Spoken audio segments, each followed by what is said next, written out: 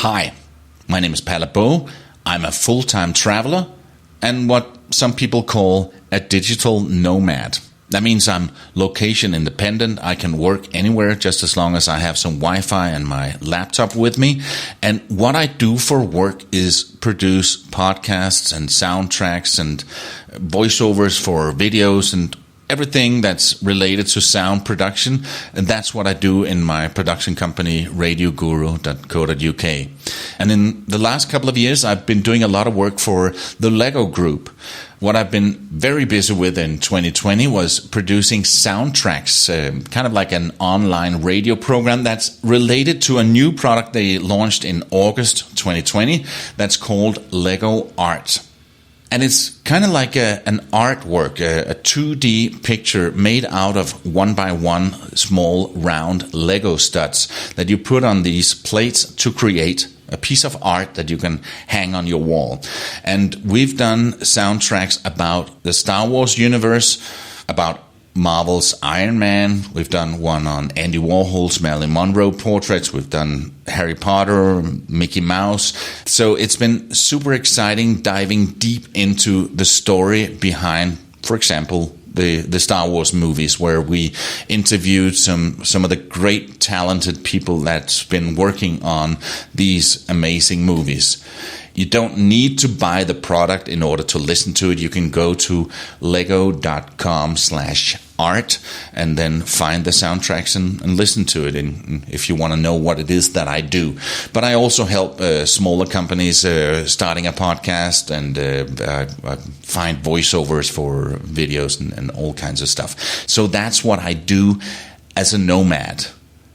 And speaking of nomads, the soundtrack that you're going to hear today is also partly a conversation with a nomad. Not a digital nomad, but a guy that I met close to Western Sahara in Africa that grew up as a real nomad. For the first 13 years of his life, Mokhtar didn't see anything but his family, some goats, a couple of camels, and a lot of sand. They were moving around in the Sahara Desert as real nomads. And that's an interesting story that you're going to hear in this flashback. And then later on in the episode, I get sick and need to go to the hospital. It's recorded in December 2017. It's episode 114, and we're going to Morocco. Enjoy. So that might have been the thing that's gotten into my lungs, and that could cause Legionnaire's disease.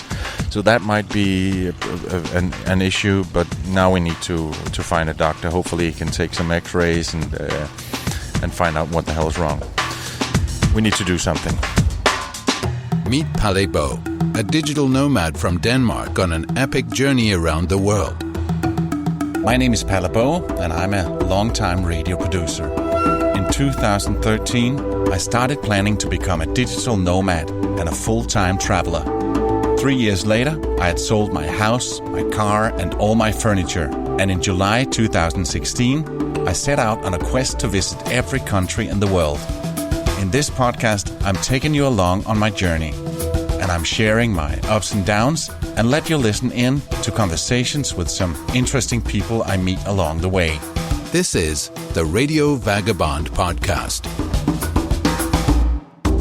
I'm still traveling with Edward, my young Danish travel companion, and we've been spending a few days in the small city of Tantan in the southern part of Morocco. Actually, we're in the Sahara Desert. My name is Palle Bo. Welcome to episode 114 of the Radio Vagabond podcast. Okay, now it's the day after I got my medicine, my over-the-counter painkillers and magnesium, and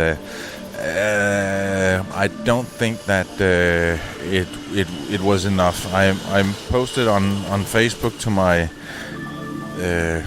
smart medicine clever friends back in Denmark and said, can you give me some advice on what to do? And within a few hours, more than 50 people have written, go see a doctor, go see a doctor. And since there is no qualified doctor here in this village. We're going now back to Tishnit, where we came from. There should be a good doctor there, and and if not, we will move all the way up to Agadir, which is another 3 hours, but that will be tomorrow. Then we'll be in Tishnit at 2 o'clock this afternoon, and hopefully we'll get a doctor, and he can look as if to find out if it is pneumonia or if maybe it's Legionnaires' disease. That could also be a thing. When we were staying in the hotel in Tishnit, we had 2 different rooms. The first night we had a room that smelled really, really bad from the bathroom, and Edward, he was getting short of breath because he thought it was some kind of fungus but I didn't like the smell, but still I took a shower, and that might have been very unhealthy for me. So that might have been the thing that's gotten into my lungs, and that could cause Legionnaires' disease. So that might be an issue, but now we need to find a doctor. Hopefully he can take some x-rays and find out what the hell is wrong. We need to do something. Here in Tantan, we've been hosted by Danish Beacon and Moroccan Mokhtar. Beacon is an adventurous woman that, when she retired from her work back in Denmark, decided to get a small van and drive south. First she went to Portugal and Spain, but it wasn't different enough. So one day she was in the southern part of Spain and looked at the ocean over to Morocco, and without knowing anything about the country, she decided to take the ferry over and drive south. For some reason she ended up way down here and met Mokhtar. First they became good friends, and after a while they became a couple. Mokhtar knows the Sahara Desert better than most people, as you'll hear more about in a minute. And he offered to take us for a drive there, but unfortunately that did not happen since we had the most rain this part has seen in many years, so it wouldn't be possible to drive there. And since I'm sick and needed to get to a doctor, we didn't have time to wait. In a few seconds you're going to hear a bit about Mokhtar's amazing life story. But first, a quick reminder that the Radio Vagabond podcast is supported in part by Hotels25.com. It's a website that helps you find the best prices on hotel rooms around the world. You should try it. It's pretty simple to use. Hotels25.com. Before we get on the bus back to Tishnit, Mokhtar shows us his workshop. He's a carpenter now, but he has a very interesting life story. I might call myself a nomad, but Mokhtar grew up as a real nomad. A Bedouin and a real nomad in the Sahara Desert, where his family were taking care of goats and just moving from place to place, looking for water and grass. Mokhtar, I'm recording this now. Now we're about to leave, and me and Edward, we're so grateful that you let us stay at your house. I have to say again, you're very welcome. Yeah, and the only thing is, I'm sad that we didn't get to do the drive into Sahara. Your health is first. My health is more important. More important. Yeah, take care of yourself. we were supposed to get a Land Rover and then drive into the desert to meet some of your old friends, but because it's been raining for the first time in a long time, it was too wet out there, and the Land Rover would get stuck, and we were going to wait, and then now we have to go to Tishnit. So unfortunately, that's not going to happen this time, but that gives us an excuse to come back. You're welcome. Can you tell me, because I also wanted to hear your story, can you, while we're waiting for the bus, tell me just a little bit about yourself? How did you grow up? I grew up with my family. My family, they were as a nomad in Sahara, but they go into town 1975. 1975, I was 13 years old, so I have never been in school. I was in the mosque, Quran school. What did you do the first how was your life the first 13 years? The first 13 years when I was around 6.5, 7 years old, I was my father was teaching me how to take care of the little sheep, the goats, the little goats. And when I'm 12 years old, my father also tried to teach me how to take care of camels and how to manage with them. So me and Edward, we call ourselves digital nomads, but you were actually real nomad. Yes, I was a real nomad, but now So I'm not a nomad anymore. I'm guessing that you didn't watch much TV when you were a child? No, we don't have any TV, we don't have radio. We are living in Sahara, and we move from place to place. That's for our animals looking for the grass, for something to eat. Sometimes we move for looking for water. Looking for grass and water in Yes, Sahara, that might be yes, difficult. Yes. So you didn't know much about the rest of the world, really? Before, I didn't know, but now I know. Yeah. Yes. When I grew up a little bit, when I was 15, we are in the city, and we have neighbors, and our neighbors... That was in Agadir? No, that was in Gulmim. Okay. And our neighbors, they have children, they go to school, and they build a relationship with those children, and they start to study with them. And they have one of my best friends, he's the one who gave me a big help to know how to read, how to write. He's right now he's a professor at the university in Marrakesh. Wow. Yes. Wow. He's teaching geology. Yeah. Wow. He's my best friend. His name is Marzouk Mohammed. Yeah. He helped me a lot, but I learn more when I go to Agadir when I'm 17 years old. I go to Agadir for learning my job to carpentry school. In Agadir, I found another world. Yeah. And I study more. What was the world you found there? It's different as my world before. Yeah. Yes, I meet different kind of people. I meet tourists. I meet the people from everywhere in the world. And I was lucky that I have a chance to go and study my English at the American Center School. Yeah. And that was for free because at the time one of my older brother friend, he was English teacher. Yeah. And his friend, he's the director of the American Center School. And suddenly one day I passed by, they were sitting in a coffee, eating, and they invited me to eat with them. So I started to say some English words. Yeah. And the American guy said, "Do you want to learn English?" I said, "Yes." "Are you serious?" I said, "Yes, I want to learn English." Yeah. So he asked me to come with some papers, and I was at that school around 2 years. Yeah. Yeah. And your English is very, very good. I don't think so. Not so very good, but compared to Moroccans our age, because you're just a few years older than me, and the young people in Morocco, they speak pretty good English, but when you get into the 50s, not a lot of Moroccans speak English. No. I lost a lot of my English because after 2 years I stopped going to school.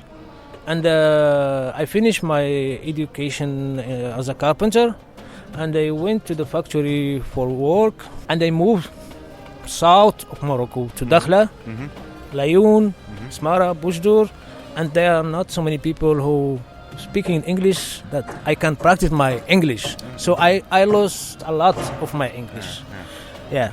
And you go to Denmark every summer, and one of the things you do is this last year was my 7th time going to Denmark and working as Volunteer in Roskilde Festival. Yes. Great. Yeah.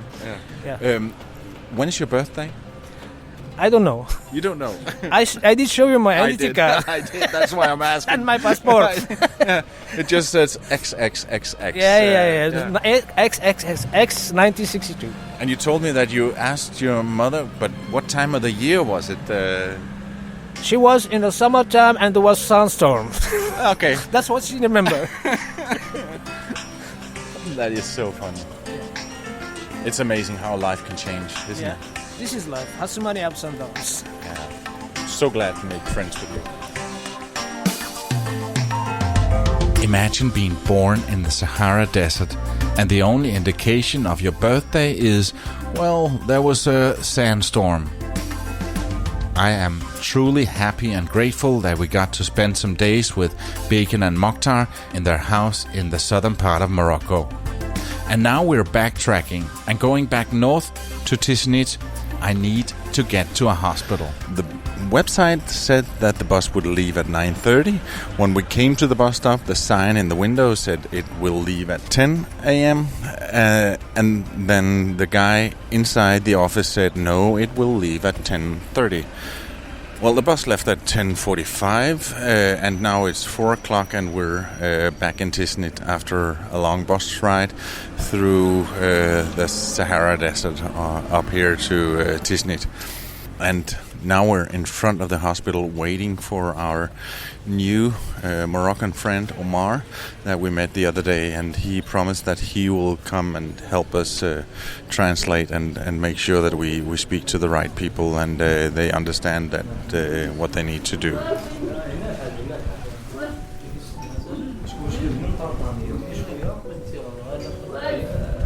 And he came just a few minutes after us, and together we went in, and it was really, really helpful having a local that speaks both Arabic and French, and it was truly very, very helpful.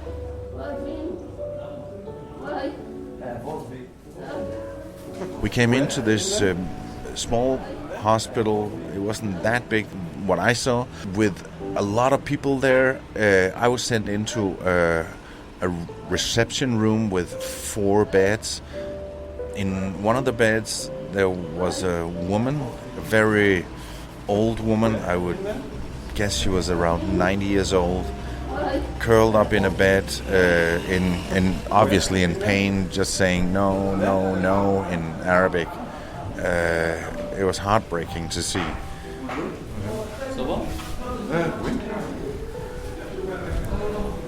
Shortly after that, what I thought was a doctor came in a white hospital uniform, asking me what the problem was, and I told him, and then he sent him in to the real doctor, who was just wearing regular clothes. I was sent into this small doctor's office, and there were 2 other people standing in there waiting, and he listened to my chest with a stethoscope, 5 breaths, and said, yep, and sat down behind his desk and started writing up a prescription.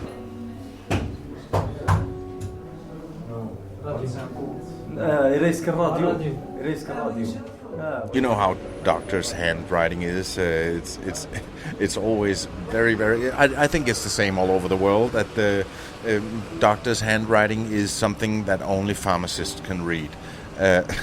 So it looked like Arabic letters, but I think he wrote it in French, because I could understand a little bit of it. And then I said, but what about X-ray?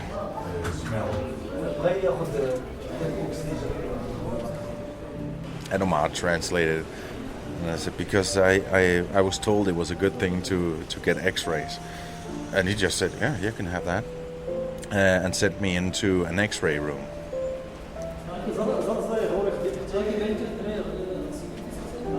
And that took only around 10-15 minutes. The whole thing was around 45 minutes. And while I was having my X-rays taken, Omar went out and paid for my hospital bill. It was not that much. It was around 140 dirhams. but still, he didn't need to pay, even though, because I have insurance, and he didn't need to pay it. And I told him, I tried to talk him out of it, but then I think it's a part of the culture, so I just thanked him very much, and felt very grateful. That's what he does, because now we're his friends, and he feels he has to take care of me.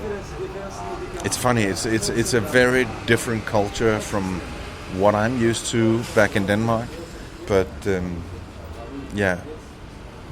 makes you think, doesn't it? I know for a fact that even though he's got a good business going with his butcher shop, I'm sure I make a lot more money than he does. And still he insisted on paying. He even said today that if we need anything, money, anything, that we should just let him know, and he will be glad to help us. And he doesn't expect anything in return.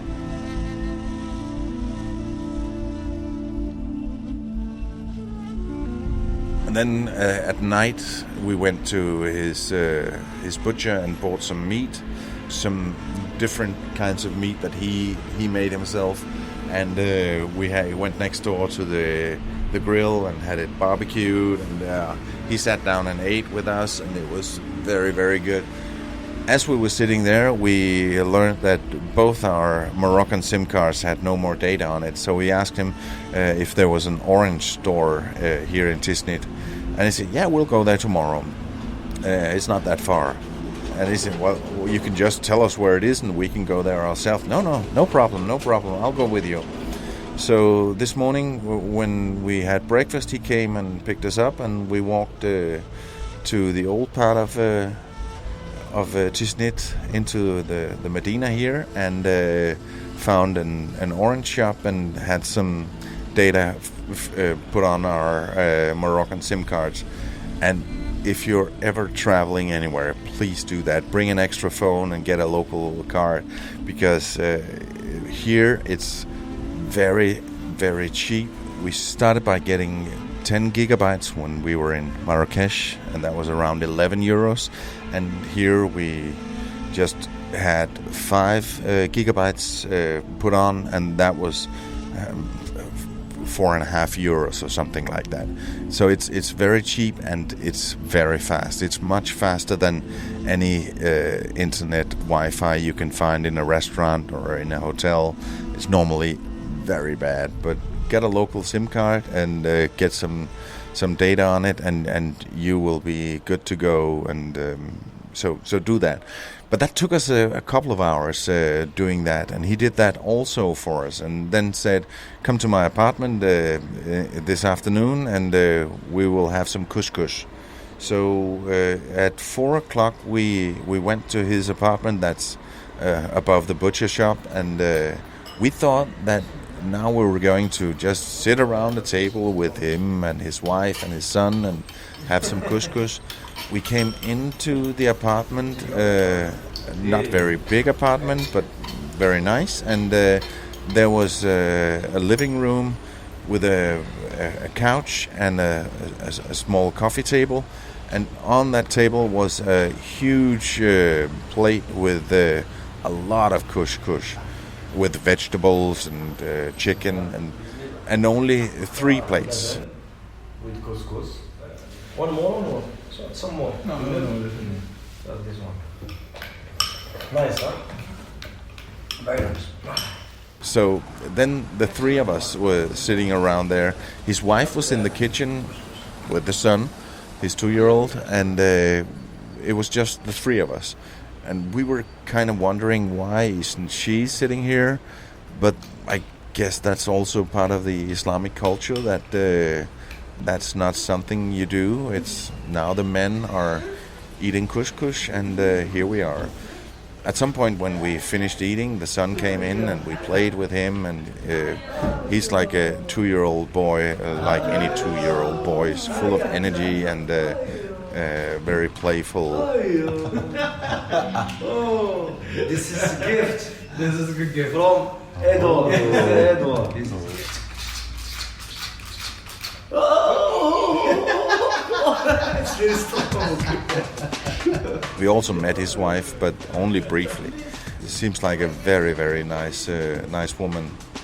And while we were playing with his son, he said, "I just have to pray now." So he put out a blanket and started praying. It's Friday here, so he had one of his prayers that he needed to do, being a Muslim, and he did that while we were in the room, and Edward and we were playing with his son. It's been truly amazing meeting a local Muslim guy here in Morocco, and it's just so authentic, and this is the real Morocco.